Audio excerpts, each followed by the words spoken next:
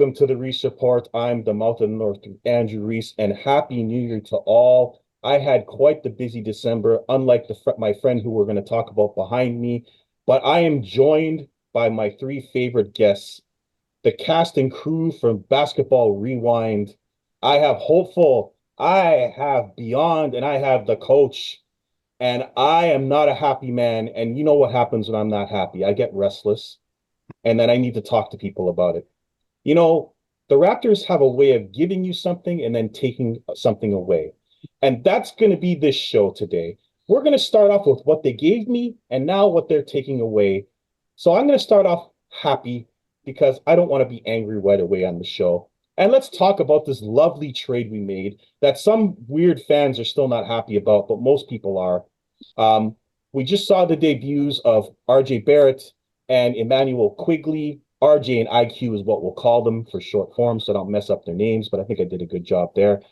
Um, and the finally gone triplet of OG, who Beyond has gone for a while, and Precious Achua, who has been a mixed bag. Coaches kind of liked him. Hopefuls wanted him gone for a while. It's a mixed bag with him. Beyond's like he's not precious anymore. And finally, someone answered my prayers.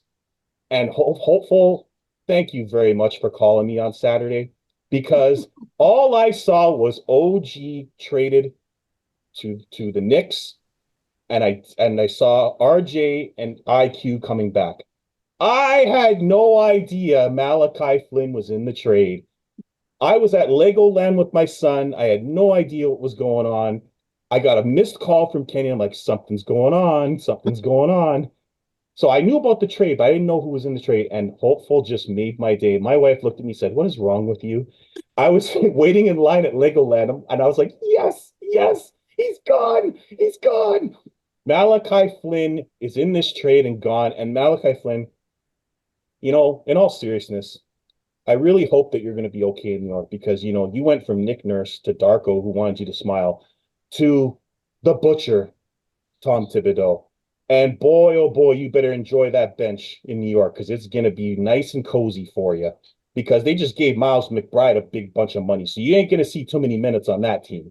But I digress. I finally don't have to watch him play, and I don't have to spend 45 minutes on Spaces talking about it anymore. So thank you for this lovely trade. We also got an unbelievable pick, which to me was for Flynn, and that deserves some sort of award. I don't know if it's Executive of the Year. I don't know what you want to do with that, but that's amazing. They got that pick for Malachi. So, guys, I know you guys talked about the trade. I want to talk about the game. They just debuted. The Raptors beat the Cavs by 3. It was a tale of two teams, the old team that lost to Detroit and the new team that has these players on it. And the reason I say that is they were still terrible defensively, guys. It's just not good. The guys were wide open. The Cavs missed a bunch of open shots, but offensively, it was much, much better. Lanes were open. Guys were driving. RJ was playing hero ball at one point. He was so confident out there. We had a lot of foul trouble. IQ, 5 fouls. RJ was in foul trouble the most of the game. Yak looked like a different player out there. I hadn't seen him look that good in months. And then Pascal Siakam, who has been on a heater for about a month since his awful November, went for 36. Scotty did his thing, but this was the Pascal Siakam show once again. So I'm going to get into Pascal later, but guys, what did you think of the implementation of these guys and Darko leaving IQ in far too long to get into foul trouble early? I guess I'll go first on that one. Sure. I have a name for you. This is shout out to my friend Sonny. Um, it might not be his, from him, but he gave me this name. So you have Pascal, you have Barrett Barnes, and you have Emmanuel Quickly, Spicy BBQ. Oh, that is nice. I like that. Good. That's nice. That's nice. I like it. I That's like it. one for you. Uh, That's good. uh, overall, I think Emmanuel quickly obviously opens up a lot for us and helps us a lot. We haven't had a guard that is starting, I'll say, because people corrected me, DeLon Wright. We haven't had a starting guard that has been this tall, but then also dynamic in a very long time on the Raptors, if ever, from what I can remember. So, um, he's young. He's gonna grow with us. We also have the other parts of the barbecue, of course. But I think what I would encourage Raptors fans to do is to try to find a way to enjoy games for once. And I'll leave it at that and let the other two gentlemen speak. Yeah, I thoroughly enjoyed that game. That was much better than watching anything I saw in December. Beyond, what were your thoughts? Um, similar, Kenyon, but I think I'll just say that it's nice to actually watch multiple players on the court actually be able to dribble, pass, and shoot. That was actually nice to watch. As you mentioned, the defense is still an issue, and quickly is gonna help with some of that as time goes on. What I'm watching to see is the minutes between I guess the 2 point guards and how Darko distributes those minutes because he's still hanging on to that security blanket, man. Like, yeah, like I mean, don't get me wrong. I do think there's a place for Schroeder on this team, especially manning these second units, but I think Schroeder still ended up with 30 minutes last night. Now part of it is due to the Quickly's foul trouble, but is that aberration or is it a trend? And that's something we'll find out more about as the week progresses. If he's going to get that many minutes, because I think one of the things that are going to be very big is two things that's going to come out in the next few weeks and I identify is like where can you improve defensively, be it internally or externally, and secondly, how the usage ratio. Who gets what in this case here? How much usage the new guys get? It will tell me a lot of how much belief they have in these guys right now. So I am looking to see what happens with that and how Darko deals with that. And I think that's gonna be fascinating to watch. But overall, to your point, Reese, I enjoyed the game, man. It's just from a pure aesthetic standpoint, it was just fun to watch. And if anything else, Masai might have got accomplished that part of his plan. Yeah, a little tunnel vision from RJ. 4 or 5 straight possessions there. You could feel the adrenaline going through him and Yeah. really wanting to make an impression. But hey, he did okay. I think Darko took him out for a couple of minutes just to calm him down. But yeah, it was nice to see him attack as much as he did. I Yeah. maybe slow it down a little bit, but yes, Coach. Pas Pascal Siakam's pretty good, isn't he? Oh, I think if you go on X, you may not know that. Maybe it's because they've switched from a bird to an X that everyone's nasty on there now. But I digress. Yeah. No, this was one of the more enjoyable games I've watched in quite some time. Seeing quickly hit that first three, I'm like, it just opened something up, some emotions for me that were like, oh, I've been waiting for this for so long. Um, I was particularly impressed with Pirtle in the game. I know the two new guys are, but that's the best I've seen him play all year. And I kind of wonder with there's now that there's more spacing on the floor, if that's going to open up his game a little bit more. Because one thing with Quickly is you can't go underneath him. They can do No, that on screens with Dennis. So I think that could open up Pirtle's game a little bit more. And Pirtle, look, he's no issue around the hoop. It's just from the spacing perspective, he's quite limited. But look, 37% from three team shot, 48% from the field. But there was one stat that I really like, and Reese, I think you might appreciate this one. 40 free throws Mhm. I certainly attempted. did. And I think RJ, he gets the line quite a bit. And I think moving forward, that's definitely going to help this team because, quite frankly, outside of Siakam, we don't have a lot of guys that get to the free throw line very much. And RJ on the year, I think he's shooting about 83% from the free throw line. We're 29th in the free throw percentage. I know you and I have somewhat we kind of highlight that when we do these things, but it can only go up from here. And I think if this team can get up into the top 20, top 18, you'll take it because offensive rating right now we're in that middle. I think we're about 16th or 17th. So let's Yeah. get the free throw percentage up. But overall, I did like the game watching it, especially from an aesthetic point of view. It just looked better. And happy for RJ making those clutch free throws in the end. Yes, Scotty, you want to be the man. You want to be the best player on the team. You want to be an all-star. You got to hit free throws at the end of games. You can't miss two. I'm sorry. You can't go 29 of 40 and get away with it most games, Raptors. So you got to fix that. They've needed to fix that for 2 years now. So I get tired of talking about it after a while, but yeah, they got to hit their free throws if they're going to win these close games. I will say I really enjoyed the game. There's still problems on the bench. And we're going to get into those issues on the bench right now because I can't really contain myself. So we have no backup center because Christian Koloko is probably going to miss season.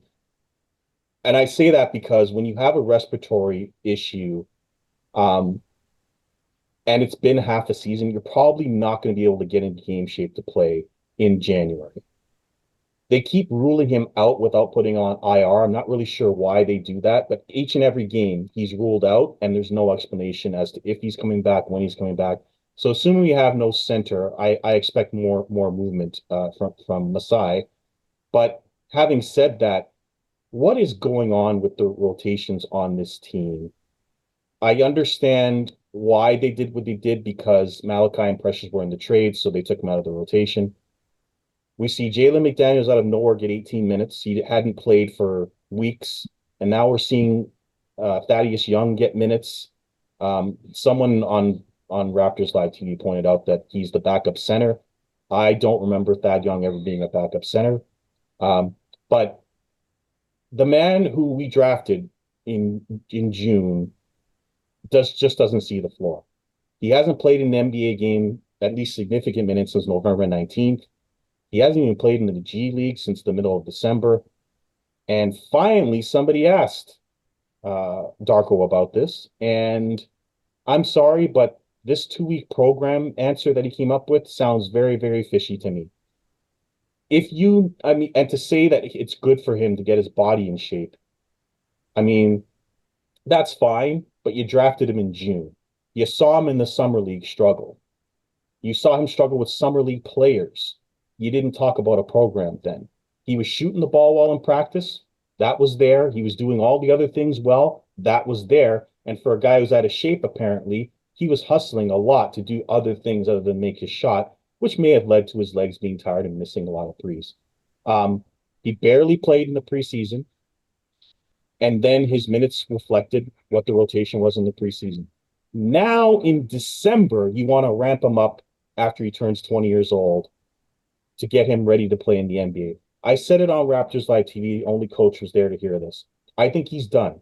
I don't think he's going to play for the team until they're out of contention or at all, because it looks like they're going for a playoff spot, and he's going to play in the G League the rest of the year. And for lack of a better term, he's been colocoed. Who would like to start? What are your thoughts on this ridiculous program, 2-week program that's going to ramp him up for the G League and the NBA?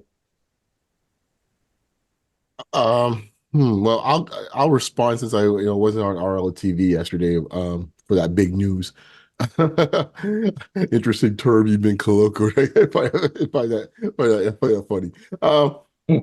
Look, I'm a little more optimistic. I know it's the Raptors, so why should I be optimistic? But I think there's something that might still give you, for all you Gradey Dick folks, in this case, Hive, there is still some hope.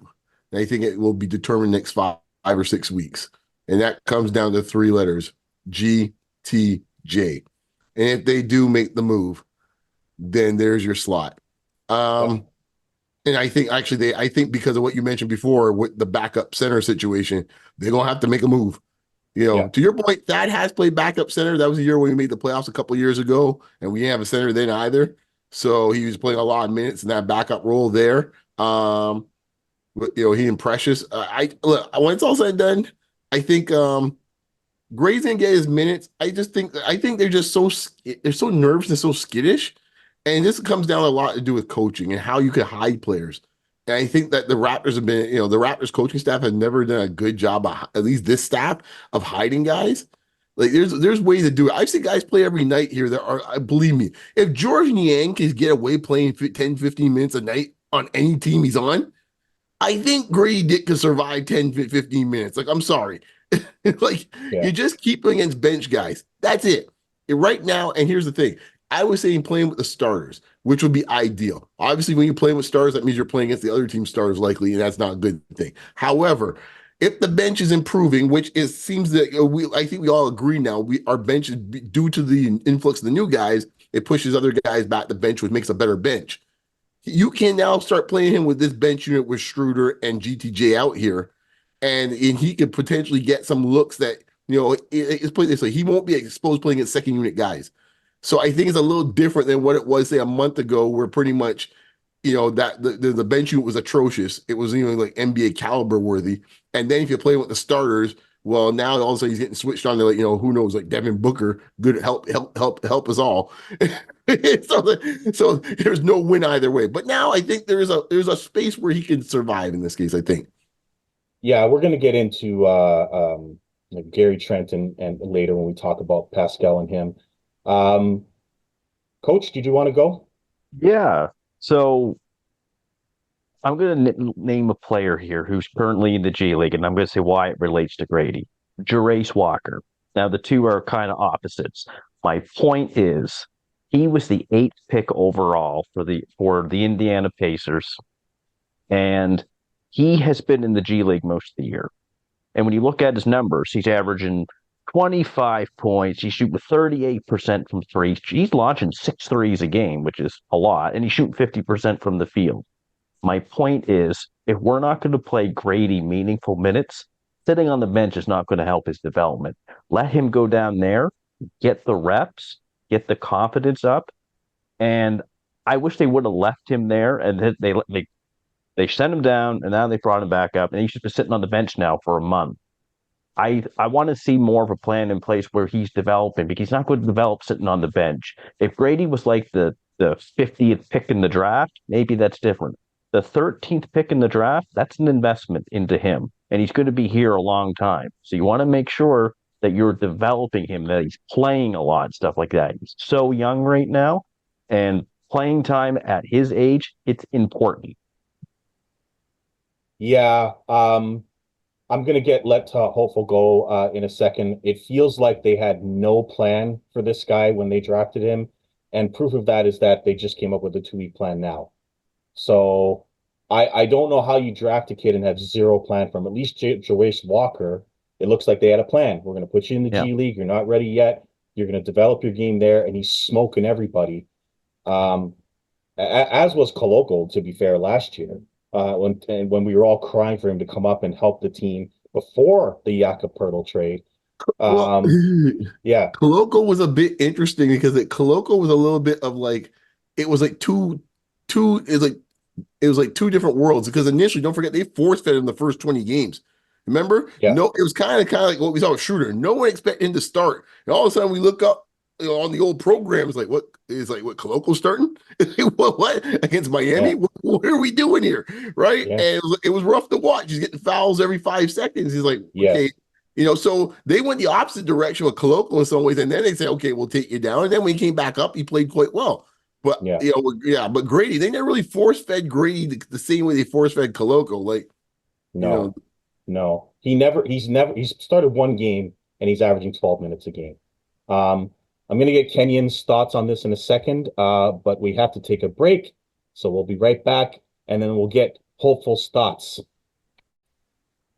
Well, we are back, and I don't like to do this, but I cut off Hopeful. I wanted him to give us his thoughts on Gradey Dick in this ugly situation that in my opinion is a horrible way to develop somebody. But Hopeful, what's your thoughts on what they've done with Grady and what has happened to him?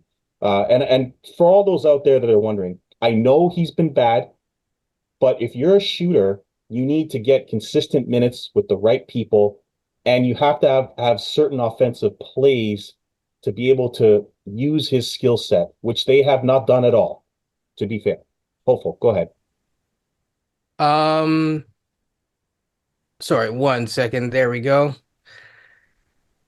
Just want to change that.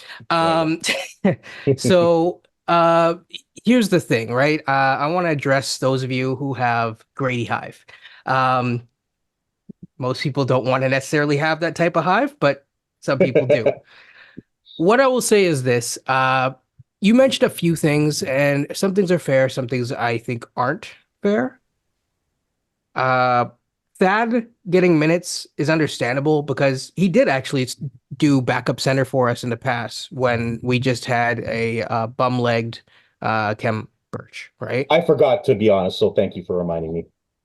So I mean, you have no choice, and that's part of the problem that I think that Beyond was getting at is that like, you know, we still have a depth problem. We solved one issue, but now we're not done yet. As Kobe would say, job's not finished. So, hint hint Masai. McDaniels, I understand just because again, he has a little bit of he's played, he's been up and down, but he has had some good moments defensively. I think the challenge is you have another guy in Otto who's very in and out of the lineup, and that's probably Grady's spot. My question is always, how does this coach view Grady as like from a positional standpoint? Does he view him as a wing? Does he view him as a small forward? I'm not, or as a shooting guard. I don't know. I think that the long-term ideal plan is obviously he takes over the GTJ spot, as Beyond alluded to. Yes. I think that's probably where you would want him to kind of fit into this roster long term. Um, so from that perspective, it's unfortunate. I think this is where I push back because some people will say certain positive things or negative things or whatever. Wherever you stand on the coach, it seems like a lot of people take these weird, hypocritical goalpost moving stances on Darko, where they'll be like, "Well, this is about you know, the good of the team." And so, it was all about Malachi Flynn getting his, development reps so that we could move him in a trade, even though no one cares. No, To be perfectly honest, no. no, they don't care about Malachi Flynn. That was salary. Yeah. Precious you get because okay, they need a big, but Malachi, didn't really factor in. In my mind, Malachi, because of the style of play that he had, Grady should have been getting those minutes if it's about the good of the team. I think this is an absolute failure on a team and a coach that they spent so long on that's supposed to be a developmental coach. You can't even. I mean, are we really doing these rudimentary drills now? This goes back to another point that I made, and sorry I'm being a little long-winded here, where it's like he came in and didn't know his squad, right? You'd think, oh, you get the open gym cut. We all went to, I don't know, Top Golf or whatever in Las Vegas, and then, have this fancy, whatever. And it's just, it seems like there hasn't ever really been a play. No, Even with the summer league team, think about it. Think about how bad our summer league team was. It made no sense in featuring Grady. Yep. In some senses, we did more to feature Doel, which goes back to the same problem that we keep having. But I digress. So I think, as per usual, this management doesn't really, quite know how to evaluate the guys that they have. And to be honest, not to cut them some slack, but I'll use the Darko excuse. This wasn't the roster that they expected to have because they didn't expect Grady to fall. So, if you're not used to Yes. things, you get shocked. So do you agree then that they were shocked that they got him and then had no plan for him? No, it certainly looks like it. I mean, took That's what it looks like took to this me. long to get a coach in the first place. Of course, they don't know. Right.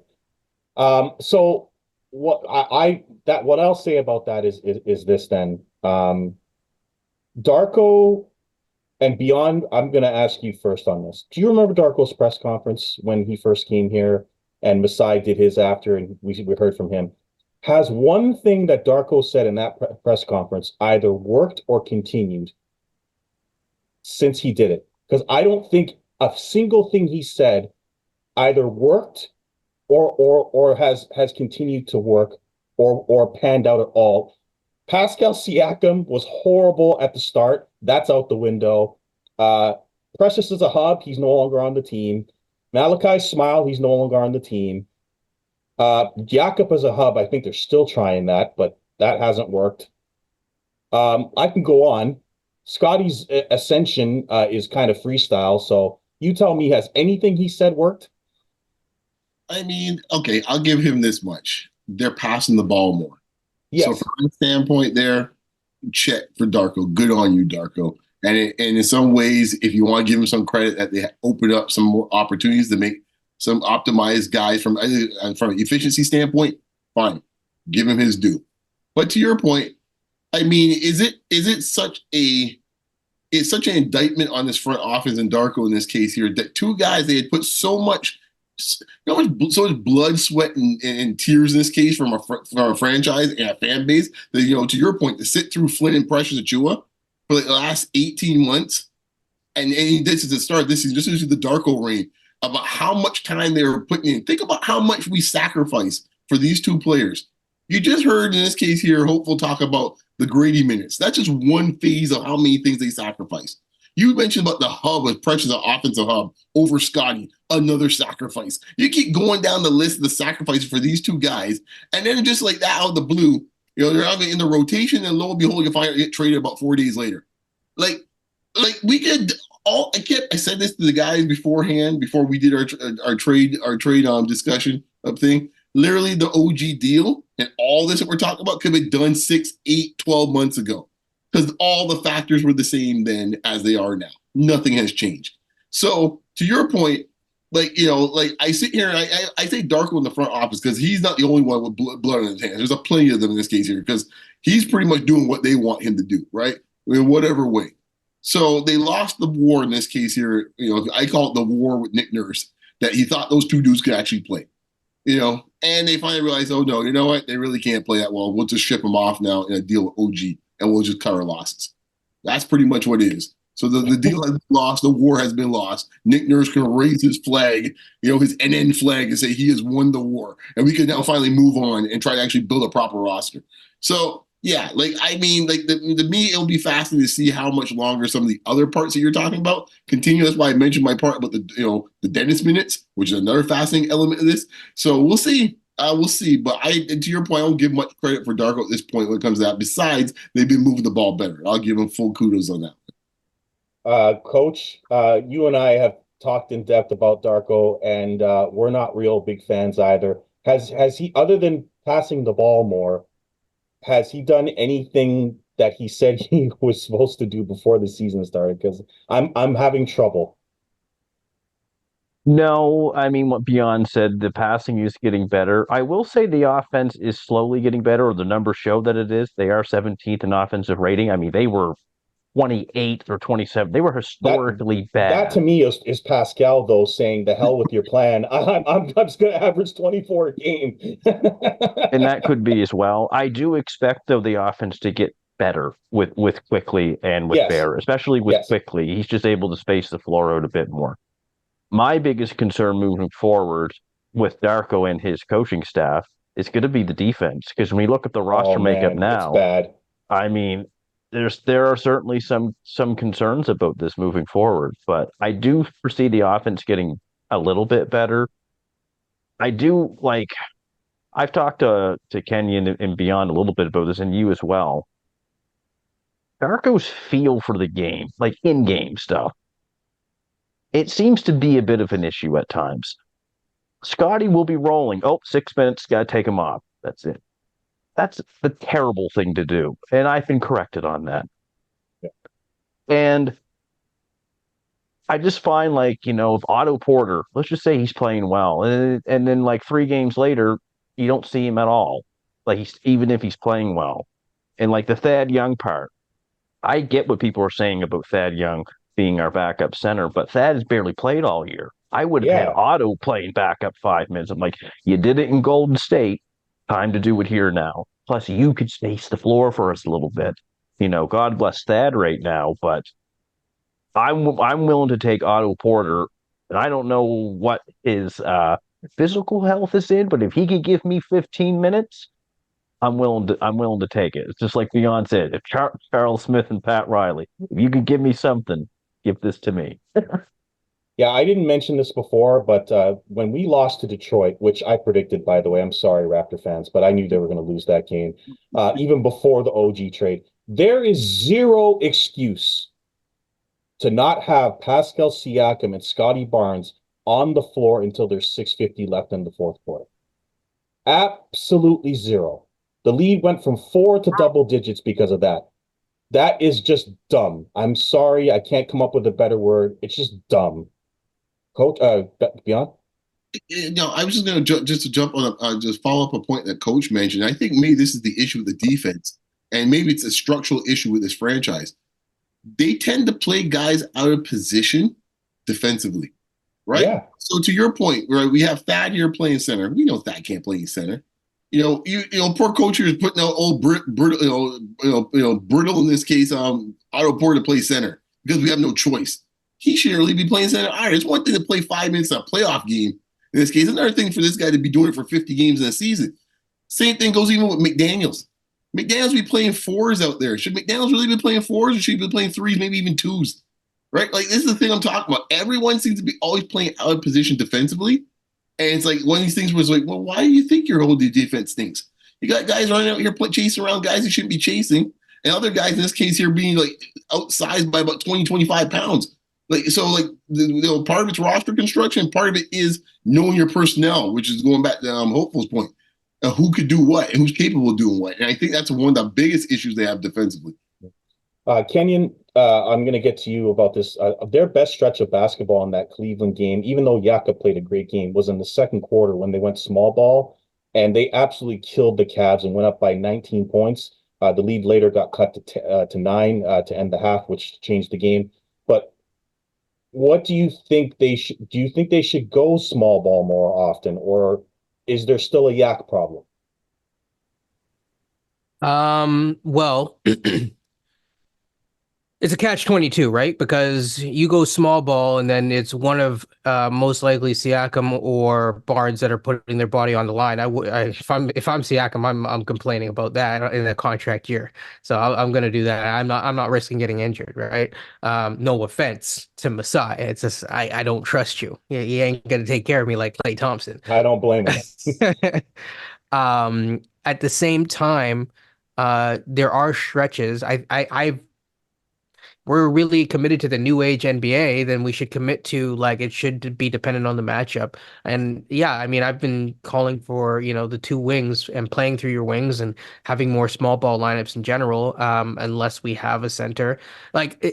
Part of what Beyond is mentioning, I 100% agree with. But if we had Koloko out there, then he can clean up a lot of the mistakes.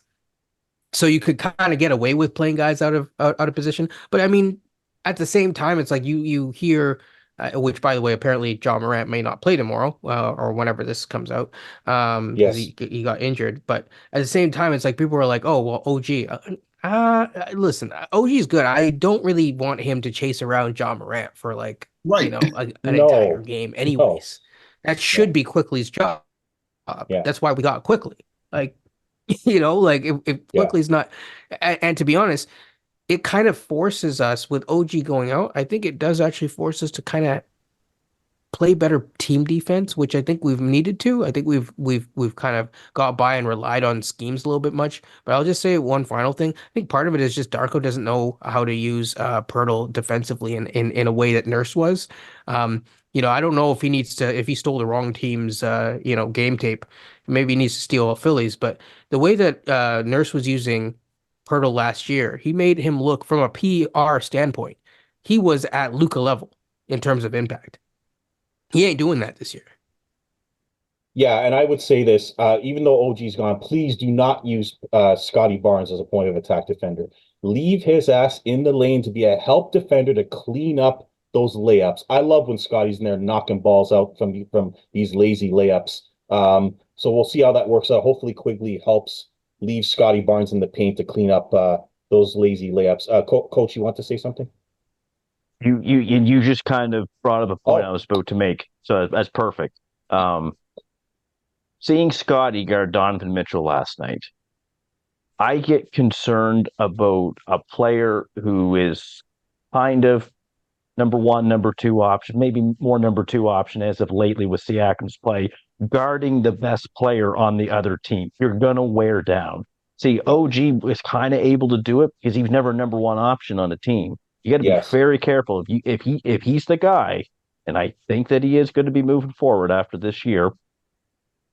I would be very careful about him guarding the other team's best player because he's going to wear down. So they have to figure something out there where I don't want Scotty on Donovan Mitchell, and for because he's a guard too, he can really move around. I want Scotty, like you said, at the rim helping out more as a help defender, stuff like that. But yeah, I don't want him guarding ideally the best player every night on the other team. Yeah, that won't work out too well when he's trying to get his offense. Hmm. So hopefully and let's be fair, he can't do it. Like he gets beat off the dribble way too much and way too easily. So I think that you have to hopefully Quigley can keep him in the lane by staying in front of his guys. And if they get by him, then you have Pearl and Scotty there to clean up messes that are left behind. So we'll see how that works out. But now I wanted to get into after the trade speculation. Now, I said something, and Coach, I'd like to thank you for quote tweeting this.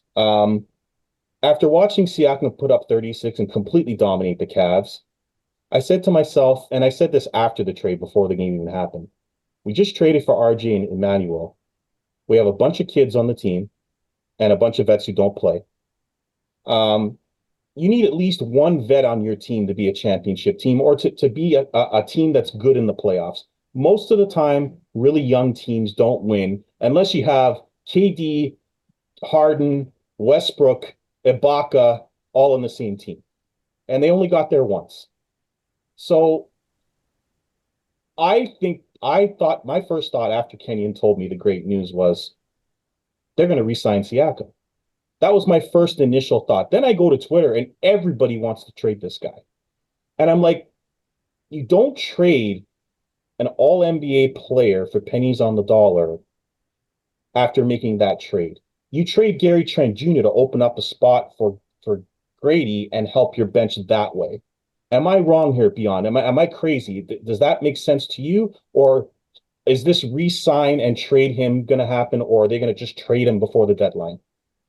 Well, there's two issues in this. Well, first thing, objectively trying to build a roster. That's what you're trying to do. Shocking. That Yes, makes sense. Second part is that okay, if you play the game out and you're going to trade them, and this is what I've been trying to talk to folks the last 48 hours. Trade them for what? what exactly? Right? What? Because right, so some of the trades have been tossed around in this case are like most of them are guard oriented, trades. Last time I Yeah, checked, now that doesn't seem to be an issue since we got literally two guards back. So where are these? Where are all these guards playing? Right? Let's say it's Kobe Buffkin. Where is he playing on this team? If you want him exactly. to grow, right? If it's Yeah, Benjamin Mathurin, shout out to my Montreal crew. Where is he going to be playing? You just got a guy just down the street. In this case, that live in Brampton. that's playing yeah, the same position. So and I said to the guys, we said you don't want so many. You need someone to have someone to control the pride, right? If you got that many lions in there, you need someone to control the pride, right? And at yeah, least with Siakam there, he's a veteran. He's established. They know, he creates a certain pecking order. Even it's a subliminal thing that's done where it's like, okay, this dude's a 10-year vet. He's like, one of the best guys in the franchise history. There's a certain pecking where it starts happening. And Scotty's doing his thing, fine. The moment that happens, it untethers, and you now have like 4, 5, 6 dudes all trying to make a name for themselves. You know what? You end up like my boys down in Motown. You know what? That's what starts to end up happening. You end up like Houston, and then you end up having to go and overpay, and you get in this case, what I call it in this case, what tax I call it in this case here. It's the rebuilding tax in this case here, the blow it up tax, yes, right? So yes, now you have to force to pay a vet like Fred VanVleet or Dylan Brooks over what they usually get for them to come into your hellscape that you created because you got too many young guys, right? That's the issue. So that's what and the thing is, the other thing too is you're behind other young teams too. So even if you did that, you're behind a whole bunch of other young teams. So like to me, it's like my mindset is like if you're the only two things that make sense to me is unless you're able to trade Siakam for serious front court help or star for star swap. Those are the only two things that make sense to me. If not, then to your point, get the extension. And if there's an opportunity to trade him later on, if you really want to do so, at least now you have some leverage where you have years and people are willing to do so. But it makes no sense. No, it doesn't. I mean, you only get worse. And Gradey Dick's already not playing on this roster, guys. So you're going to add more guards. Where are they going to play? Exactly. Right. That's my point. Exactly. Like, my theory's always been 3-4 young guys is about the right balance you want. We're up to about, if you want to call it Koloko, we're at 5. If you want to call it that in this case. You're the 3 in the starting lineup, Gradey and Koloko. You get past that number, you're getting some, you're getting dicey waters, man. I even heard that today talking about, someone's mentioning about the Pacers. Funny enough, you had the question for me. They're talking about the Pacers. They said pretty much, I think it was Zach Lowe's podcast. I think to give him credit. I listened to so many podcasts and I lost track, but I think it's his. He impelted. He says, everyone all talk about Halliburton, how wonderful he is and all the young players. How many other young players do that well in Indiana right now? Exactly. It's all about Halliburton right now. Right. So here we are in Indiana. We're looking at the same issue as they're flailing in the standings. And they got about 7 dudes right now in this case, and 1 now playing the G League, and they still don't have any other breakout guy besides Halliburton. So who knows? That's my 2 cents on it, man. Coach, am I crazy wanting to keep Siakam with this roster after the trade? Well, I wouldn't have retweeted what you said if I thought you. That's right. But I don't get it. I don't get it. It makes no sense to me. No, look, I've been telling these guys for a little while, like I've been saying about this 2-headed monster all year. I just think when you have 2 guys 6'9" who can score, big thing, who can pass, who can get others involved, I think that's so key, and who can guard multiple positions on defense. Like Pascal at 29, some fans are talking like he's 38 years old and this is it. He's going to the nursing home after this or something like that. He's 29. His prime, I think, could extend a little while than some because he never grew up playing a ton of basketball and stuff like that. So if it was me, I would be trying to extend him. And then at the if they do decide to trade him, well, you're going to get more for him if he's under contract for a few years, if you do decide to go in that direction. Just on pure basketball standpoint, it makes no sense. Him and Scotty can coexist moving forward. Now, if it's about timeline, even though I know Beyond has helped me change my views on this a little bit, timelines really don't matter. And I'll use what he told me. Kareem and Magic were not on the same timeline. And I'm not so much trying to compare those two, but it's not like Pascal is 38 years old and Scotty's 22. They're 29 and 22. These two can coexist, but it's got to be about putting the right pieces around them. And if they really want to sign him, then they know what to do to make the money work moving forward. Yeah, we've talked about Koloko a little bit.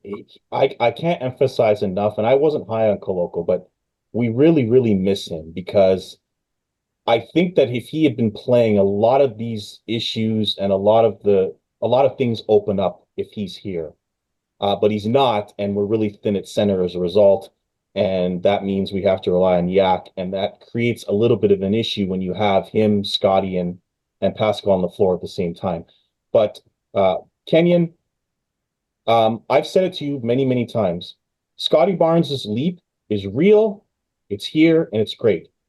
But he's going to need help because we've seen him with that bench, and it's made his minus numbers up to minus 70 on the year, along with all the other guys, 3 of which who are gone. Grady's at minus 70 something. Flynn was at minus 90. He's gone. Precious is at minus 70. He's gone. So Scotty's going to need help. He got RG and Emmanuel, but what do you think? Do you think that they should keep Siakam here at least until they think they should trade him, until they're ready to trade him, or just keep him here because he's a franchise icon who can help them win in the future, even though he's only 29. OG was 27. And Pirtle's 27, I believe, too, if I'm correct. I think 28. I think he turned 28. Right. So to me, the only thing that makes sense is to re-sign him. but Pascal's already stated he's going into free agency, so he has control of where he goes, which is a telltale sign. What do you think, Kenny? Well, first of all, I'll just say this in terms of Siakam. He didn't necessarily say that he wouldn't resign here. He said that he Correct. would go to free agency instead of signing a 2-year deal, Right. which is a Right. big Which, difference. If he, yes, if of he, course. which our franchise can offer him more. It's Right. only if he's traded he can get offered only a 2-year deal, which if I'm him, I wouldn't take it.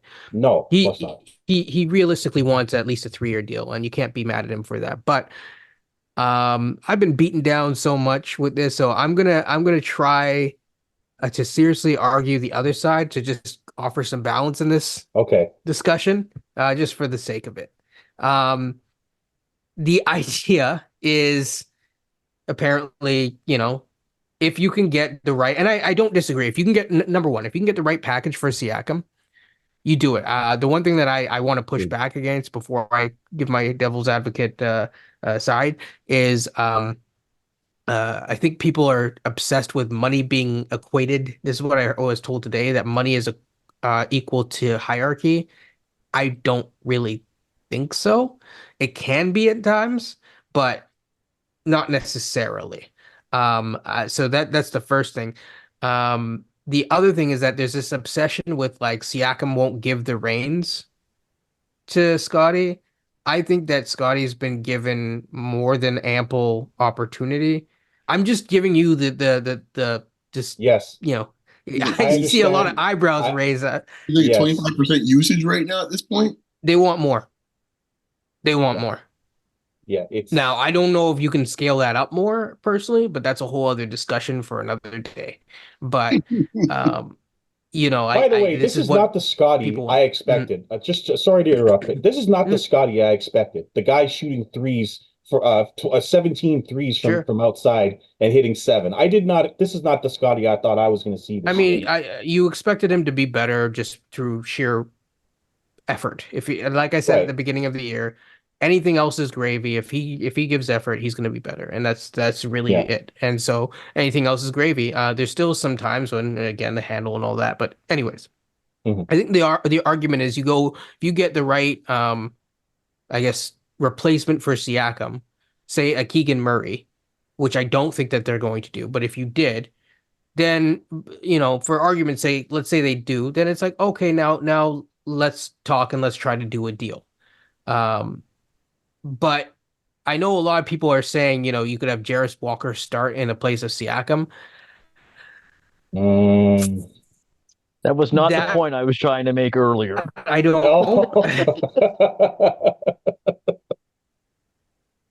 Sorry, what did you say, Coach? No, no, when I brought him up earlier, I just mentioned like their plan with Walker Right, right, right. is great. Right. Not for him to start for Siakam. No, no, no, no. Sorry, continue. I Yeah, was just no, joking. yeah. So I mean, but that's the idea is they truly think that his G League stats are automatically transferring.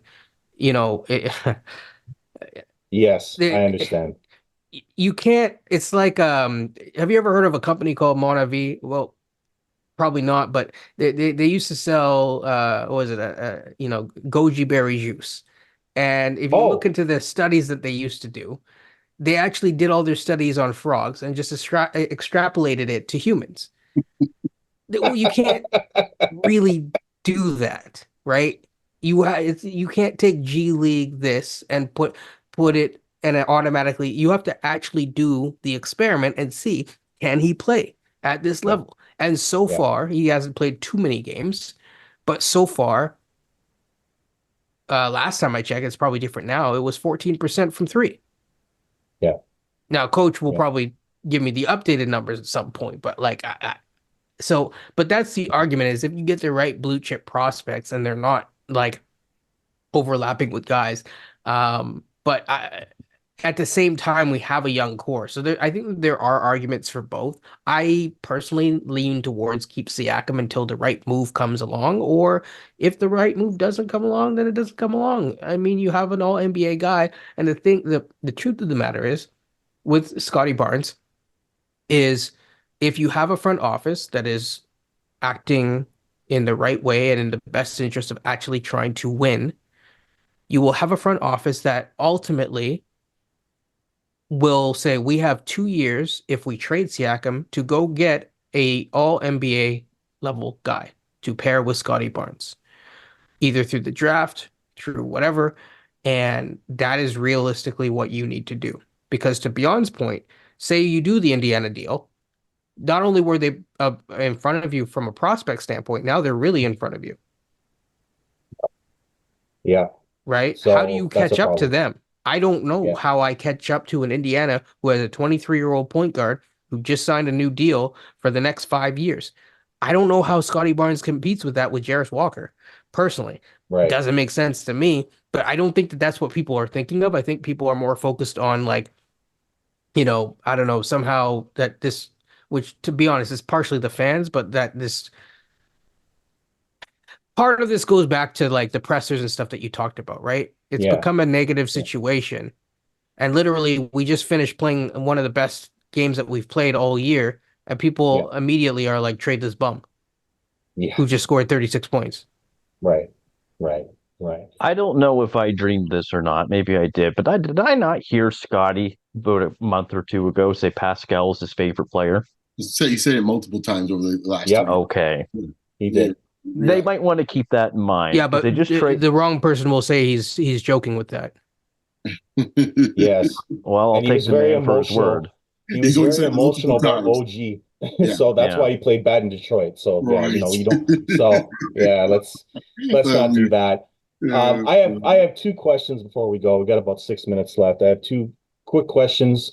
Gary Trent, will he be gone before the season, before the deadline for hopefully a center, or will he still be a Raptor after the deadline?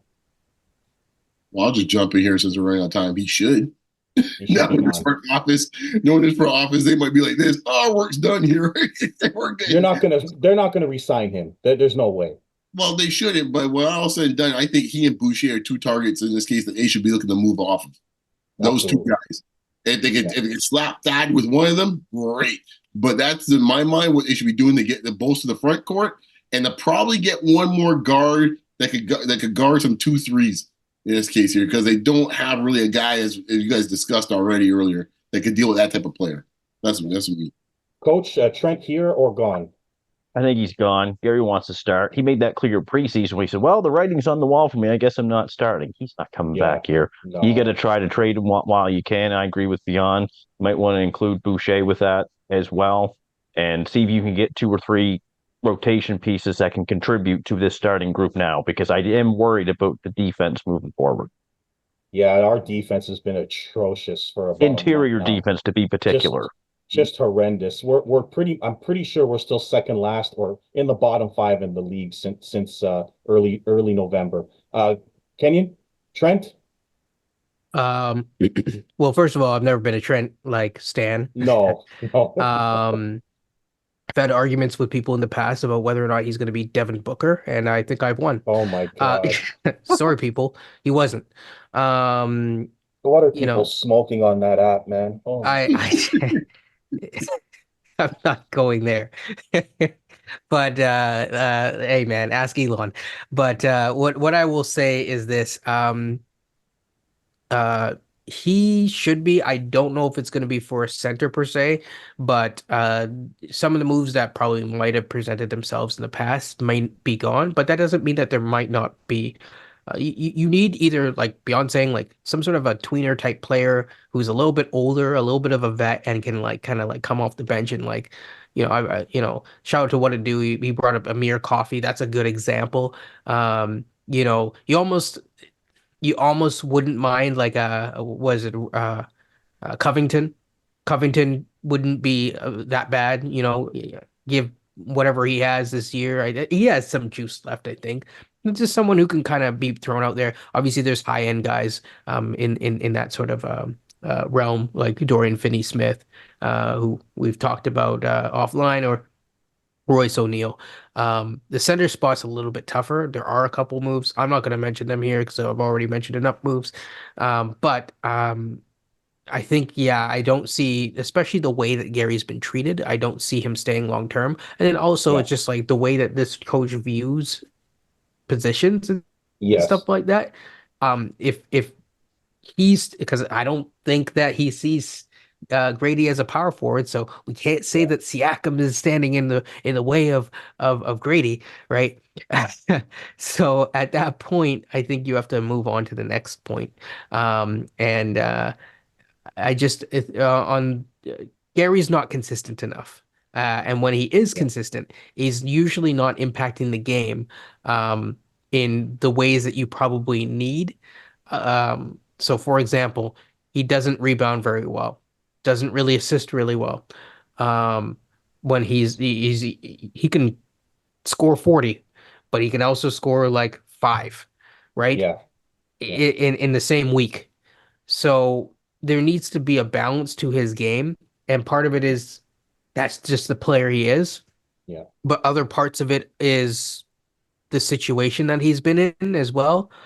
So I won't put it all on him for of course, but yeah, and defensively, he has the same issues that he would offensively, which is he struggles with lateral quickness getting to the rim and stuff like that. So yeah. Yeah.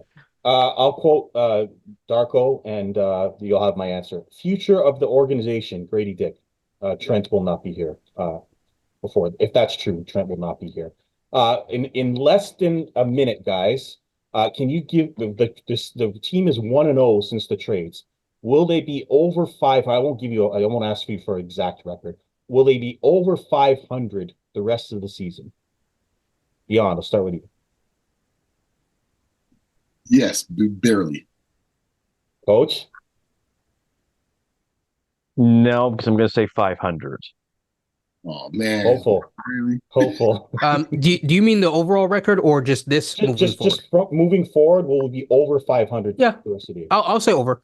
Yeah, because we played a lot of the tough teams earlier in I'm our with conference. Coach, slightly over, but I'm really worried about the defense, and that's still going to be a concern until I see more. But I'll say slightly over.